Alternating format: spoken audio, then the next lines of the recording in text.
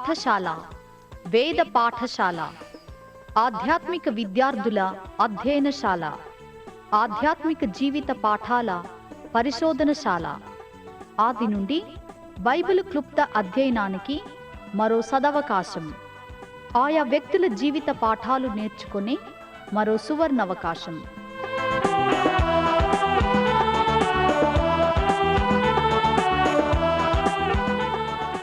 వినండి వేద పాఠశాల నూతన వర్తమానాలు.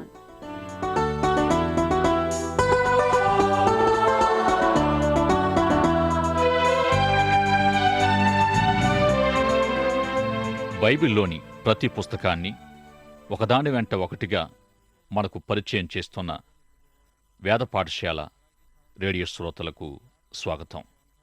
ప్రస్తుతం క్రొత్త నిబంధనలోని హెబ్రీ పత్రికను మనం ధ్యానిస్తూ ఉన్నాం. బైబిల్ గ్రంథములో గొప్ప అధ్యాయాల్లో ఒకటై ఉన్న హెబ్రీ పత్రిక 11వ అధ్యాయం నేటి మన ధ్యానాంశమై ఉంది. ఈ అధ్యాయంలోని విశ్వాసం అనే ప్రస్తావన 10వ అధ్యాయం చివరి భాగం నుండి ప్రారంభించబడుతూ ఉంది. 10వ అధ్యాయం 32వ వచనం నుండి 39వ వచనం వరకు.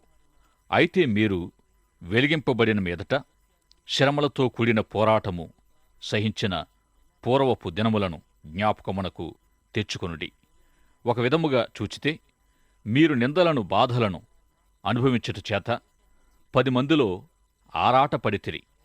మరొక విధముగా చూచితే వాటిని అనుభవించిన వారితో పాలివారలైతిరి. ఎలాగనగా మీరు ఖైదులో ఉన్నవారిని కరుణించి మీకు మరి శ్రేష్టమైనదియు స్థిరమైనదియునైన స్వాస్థ్యమున్నదని ఎరిగి మీ ఆస్తి కోల్పోవుటకు సంతోషముగా ఒప్పుకుంటిరి. కాబట్టి మీ ధైర్యమును విడిచిపెట్టకుడి. దానికి ప్రతిఫలముగా గొప్ప బహుమానము కలుగును.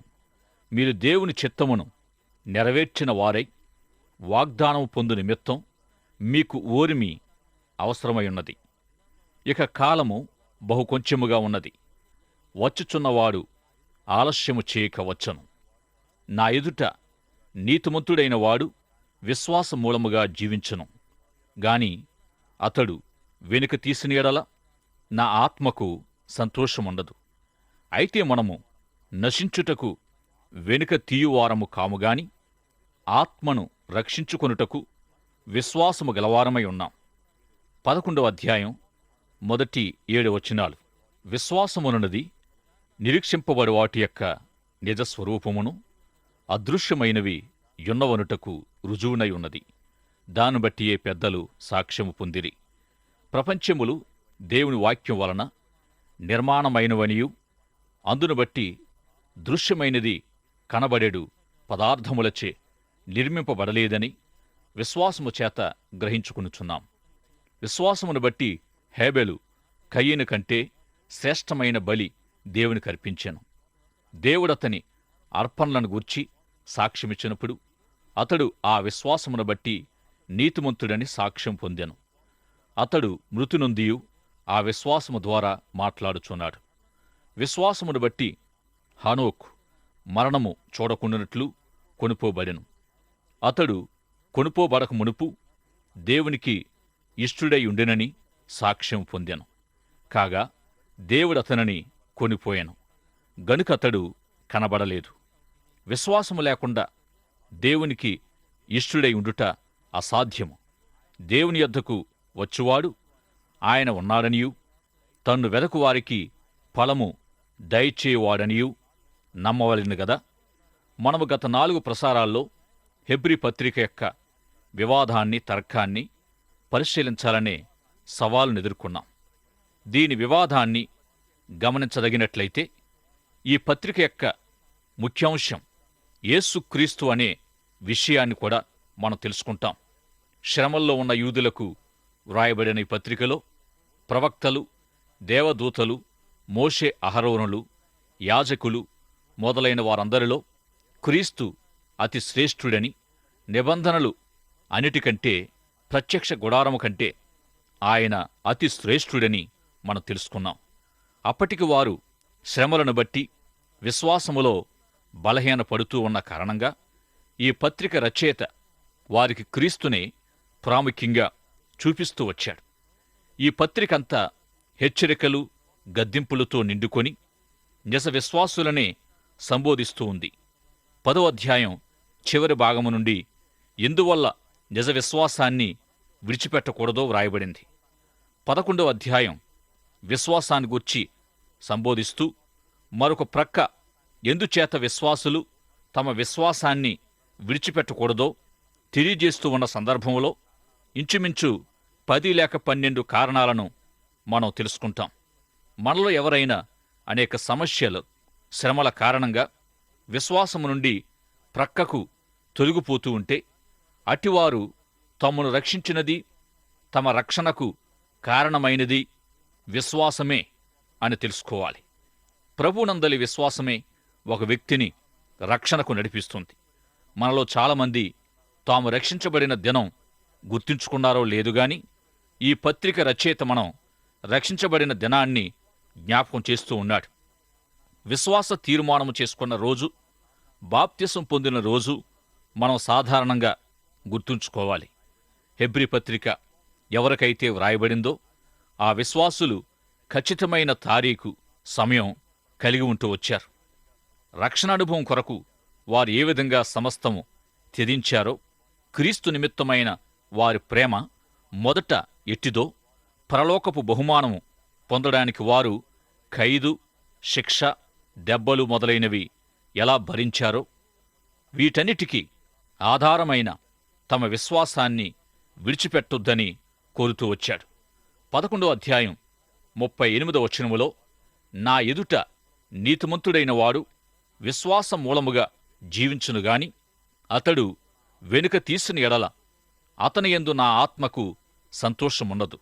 ఇక్కడ నీతిమంతుడు విశ్వాస మూలమున జీవించుననే హబక్కుకు యొక్క ప్రవచన వాక్యాన్ని ఉదహరించాడు.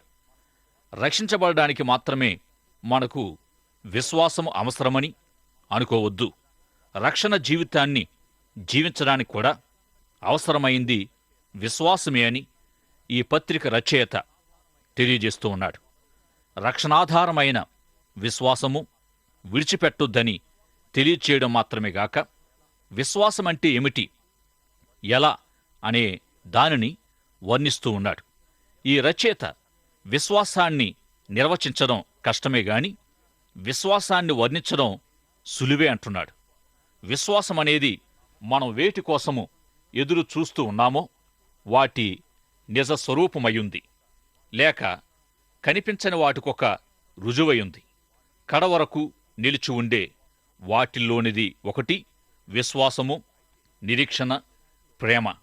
అయితే వీటన్నిటిలో శ్రేష్టమైనది ప్రేమయ్యుంది. విశ్వాసము నిజంగా విశ్వాసమై ఉండాలంటే నిరీక్షణ ఒక ఆధారంగా ఉండాలి. నాకు ఏదో మేలు జరుగుతుందనే ఆశాభావమే నిరీక్షణయుంది. అట్టి నిరీక్షణను రుజువు చేసేది విశ్వాసం, అనుభవంలోనికి తెచ్చేది విశ్వాసం.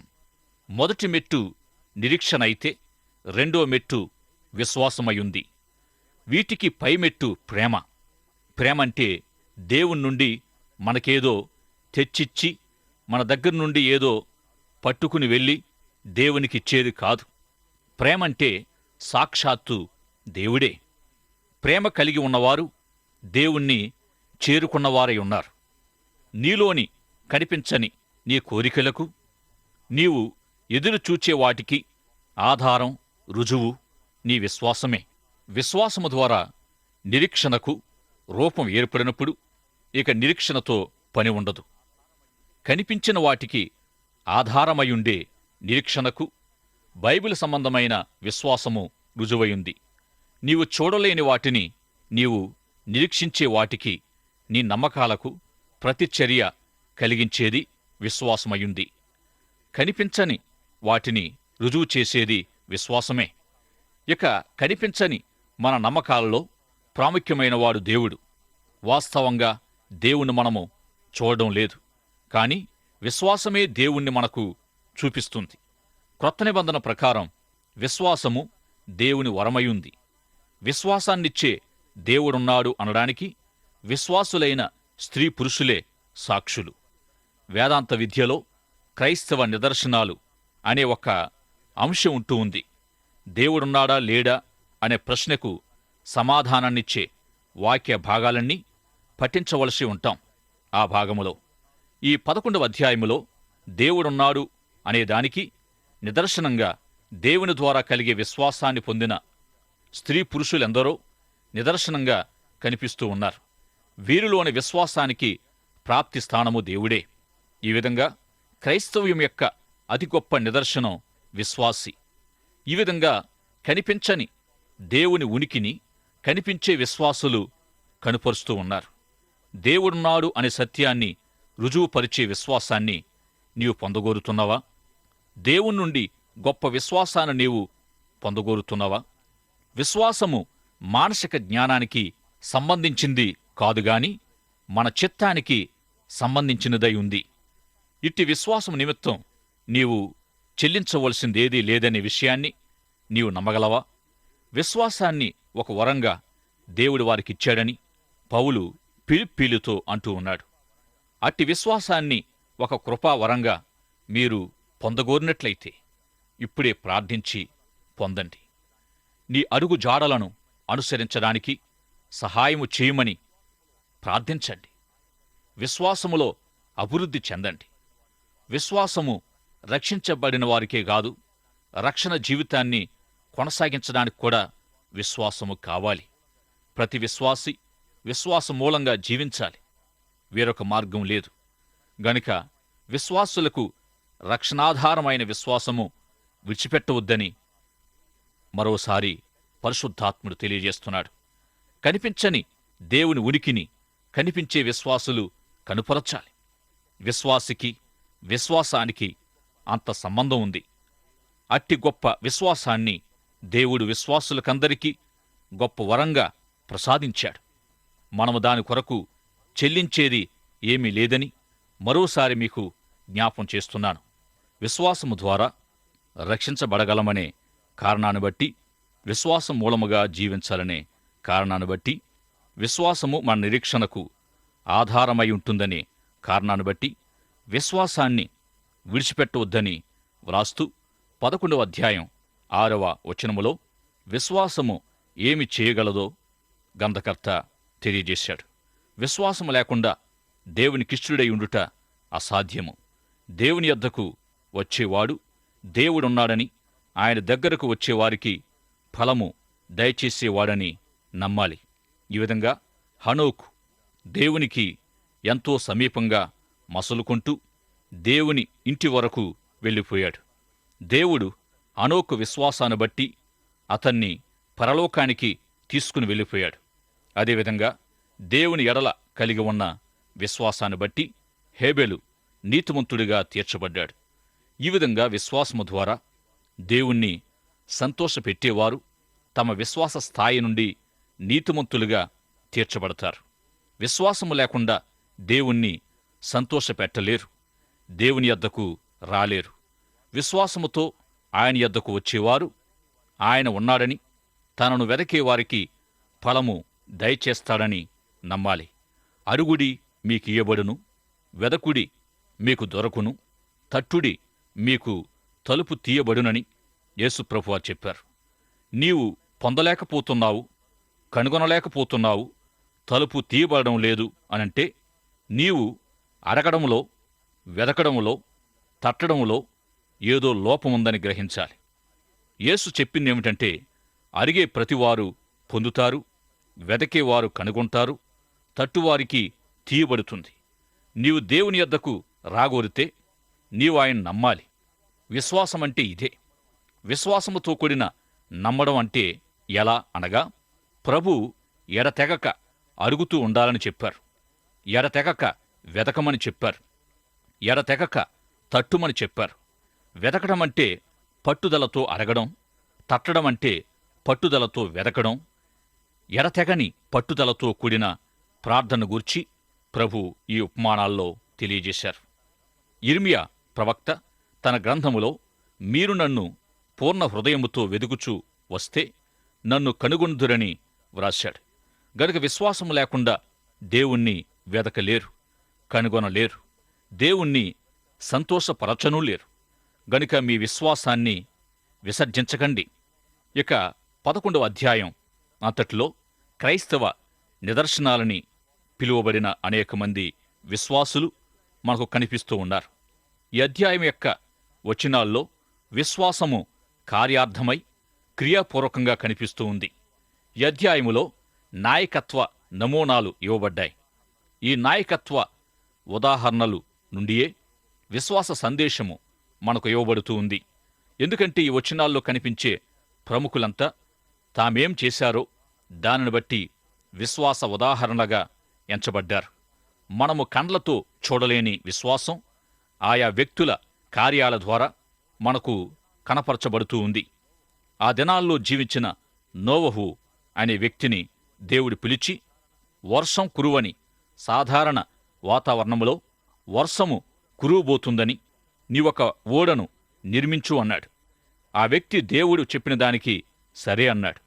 అసలక్కడ వర్షము ఏది, నీళ్లేవి ఓడ నిలవబడ్డానికి?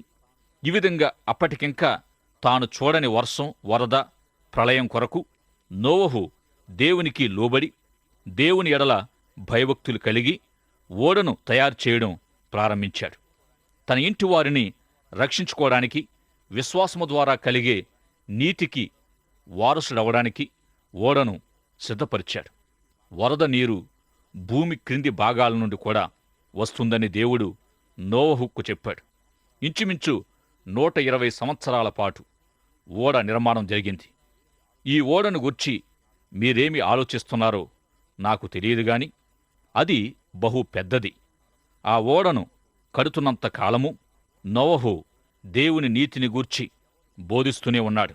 కాని ఎవరూ అతడు చెప్పేది నమ్మలేదు. అయితే ఒక దినాన్న ఓడ తలుపు మూసివేయబడింది. వర్షం ప్రారంభమైంది. భూమి లోపలి నుండి నీరు ఉబికి వచ్చింది. పైన ఆకాశము నుండి ధారాపాతంగా కురిసింది. ఇక నోవహు కట్టిన ఆ ఓడ తప్ప ఎవరైనా తప్పించుకుందామంటే ఎక్కడా మార్గం లేదు. హెబ్రీ పత్రిక 11వ అధ్యాయములో నోవహు విశ్వాసానికి విశ్వాసము ఏమి చేయగలదో అట్టి విశ్వాస కార్యానికి, విశ్వాస అర్థానికి సాదృశ్యంగా ఉన్నాడు. ఈ ఓడను అపోస్తుడైన పౌలు, పేతురు రక్షణకు పోలుస్తూ తన పత్రికలో వ్రాశారు. నోవహును దేవుడు ఈ సంగతుల విషయమై హెచ్చరించాడు, మాట్లాడాడు. విశ్వాసాన్ని అభ్యసించే సందర్భంలో దేవుని వాక్యానికి స్పందించడం ఎంతో ప్రాముఖ్యం. దేవుని యందలి భయభక్తులు గలవాడై నోవహు తన పనిలో నిమగ్నమయ్యాడు. నోవహు చేసిన కార్యము ద్వారా అతని విశ్వాసము ప్రయోగాత్మకమైంది. నోవహు ఓడ కట్టాడు. అతని కుటుంబం రక్షించబడింది. ఈ సంఘటనతో అతడు తన విశ్వాసము ద్వారా నీతికి వారసుడై ప్రపంచమంతటికీ గొప్ప సాక్షి అయ్యాడు. ఈ విధంగా అబ్రాహాం మొదలుకొని విశ్వాస నమూనాలుగా ఉన్న ఎందరినో ఈ పత్రిక రచయిత మనకు చూపిస్తూ వచ్చాడు. విశ్వాసానికి వేరుగా వీరందరినీ వివరించడం ఎలా? ఓడ కట్టే పనితోనున్న నోవహును ఏ విధంగా వివరించగలం? 120 సంవత్సరాల తర్వాత వర్షం కురువునై ఉందని నోవహుకు ఎవరు చెప్పారు? నోవహు వంటి విశ్వాసి కనిపించని దేవునికి కనిపించే నిదర్శనమై ఉన్నాడు. ఈ విధంగా కార్యం చేయగల విశ్వాసాన్ని విడిచిపెట్టవద్దు. చాలామంది ఈ 11వ అధ్యాయాన్ని ప్రసిద్ధిగాంచిన విశ్వాసపు వరండా అని పిలుస్తారు. ఈ వరండాలో చాలామంది విశ్వాసులున్నారు.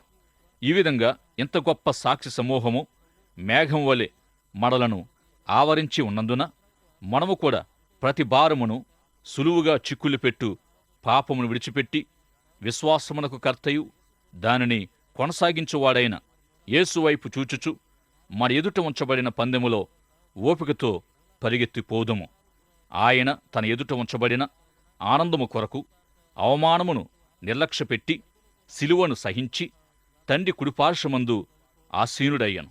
ఈ వాక్య భాగము ఏమై ఉన్నదంటే, ఒక పెద్ద ఆట మైదానములో పోటీదారులంతా ఆడుతూనో పరుగెడుతూనో ఉంటారు. గౌరవ స్థానాల్లో ఆసీనులై ఉన్న అతిథులంతా ఆ ఆటగాళ్లను తిలకిస్తూ ఉంటారు. మరి ఈ 11వ అధ్యాయములో వీరైతే ముందే తమ తమ పందాల్ని ముగించి సంపూర్తి చేసుకున్నారు.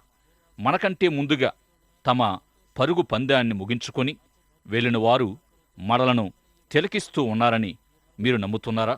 ఒకప్పుడు ఒక పెద్ద ఆటగాండ్ల బృందంలో ఒక ఆటగాడున్నాడు. కాని అతడు సరైన విధంగా ఆట ఆడేవాడు కాదు. ఈ విషయం ఈ ఆటగాండ్లకు శిక్షణ ఇచ్చేవారు కూడా గమనించారు. అయితే అంతలో అతని తండ్రి మరణించడం చేత అతడు ఇంటికి వెళ్ళడానికి సెలవు పొందాడు. కాని అతడు తిరిగి వచ్చి తన తండ్రి నిమిత్తం తనను ఒక ఆట ఆడనిమ్మని అభ్యర్థించి చివరికి అనుమతి పొంది అద్భుతంగా ఆట ముగించాడు. ఎప్పుడూ సరిగ్గా ఆడనివాడు అంత విజయవంతంగా ఎలా ఆట ఆడాడంటే అతడు తన హృదయంతో ఆడాడు. ఆ దినం అతడు ఎంతో విలువైన ఆటగాడిగా పరిగణించబడ్డాడు. అప్పటినుండి అతని బృందమే గెలుస్తూ ఉంది.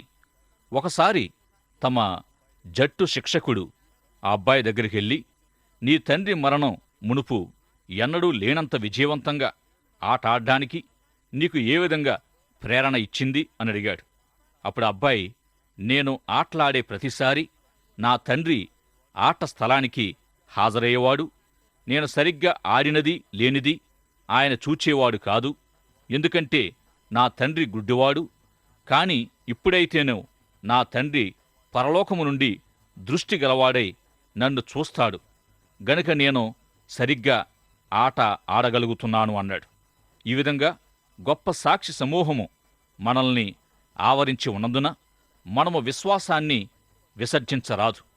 12వ అధ్యాయములో అన్వయించుకోదగిన అనేక సత్యాలు మనకివ్వబడ్డాయి.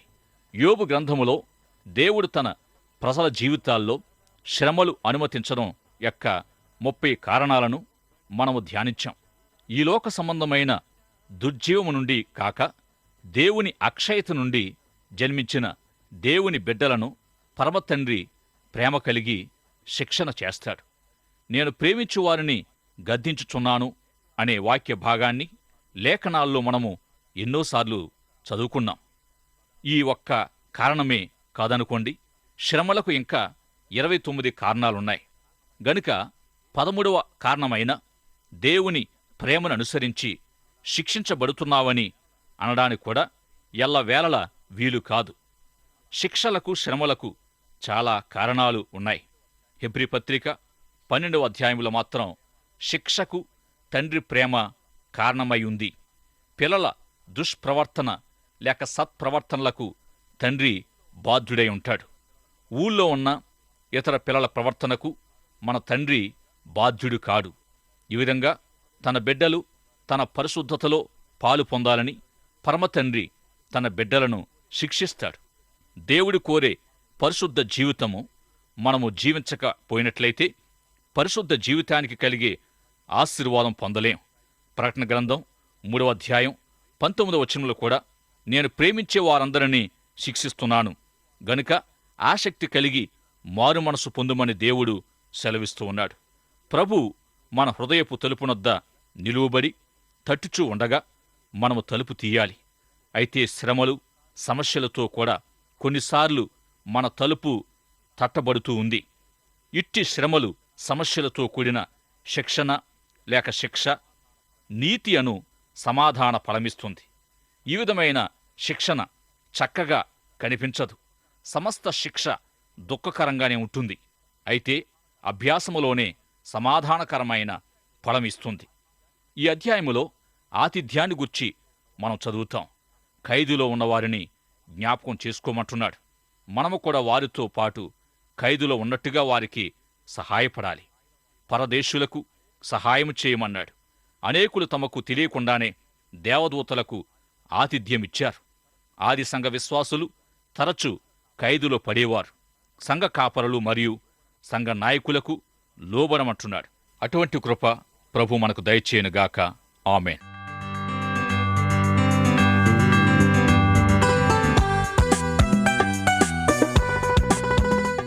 వేద పాఠశాలకు క్రమంగా హాజరవుతున్న విద్యార్థులకు మా అభినందనలు.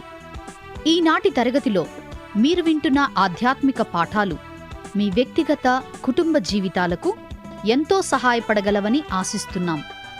ఈ పాఠాల ద్వారా మీరు పొందుతున్న ఆత్మీయ మేలులు, ఆశీర్వాదాలు మాకు కూడా తెలియపరచండి. నేటి పాఠంలో మీకు ఏ విధమైన సందేహాలు, ఇంకా అర్థం కాని విషయాలున్నా వెంటనే మాకు వ్రాయండి.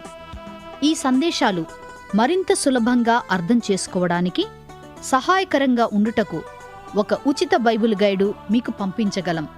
మా చిరునామా: వేద పాఠశాల, విశ్వవాణి, తపాలా సంచి 4, సికింద్రాబాద్ 500017. మా ఇమెయిల్ ఐడి telugu@radio882.com.